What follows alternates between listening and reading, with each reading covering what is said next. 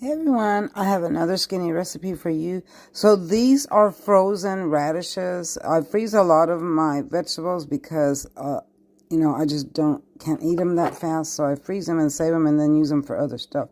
So what I'm going to do today is create mashed potatoes with radishes. I know that some people have never heard of this, but the first time I ever heard of it, someone had roasted them in the oven and made baked radishes that they taste just like a baked potato, only lesser carbs, lesser sugar, glucose, whatever.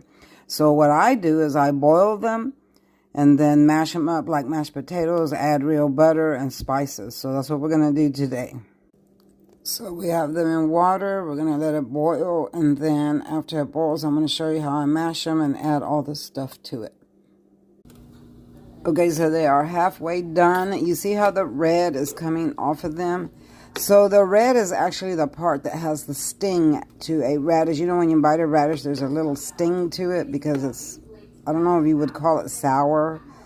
But once you boil them, that sting goes away and they taste just like a potato.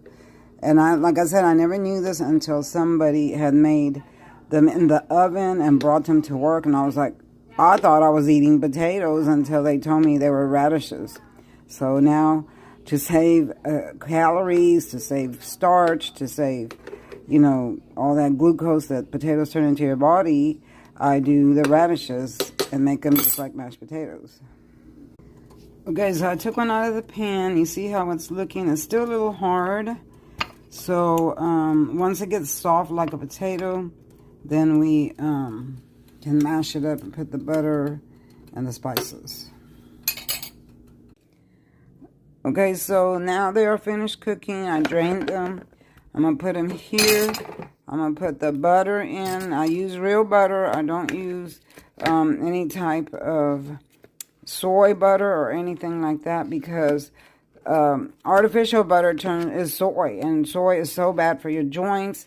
It turns to glucose, and then your body has to work twice as hard to get rid of that glucose and stuff like that.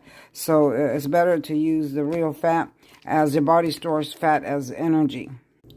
Okay, we have them all mashed up here with the butter. We're going to add a little bit of salt. I do use sea salt, black pepper. We're going to add parsley, as parsley is my favorite thing, onion powder, and then a little bit of garlic powder. And then mix, mix, mix, and then taste. Now we're going to taste and see what it tastes like. Just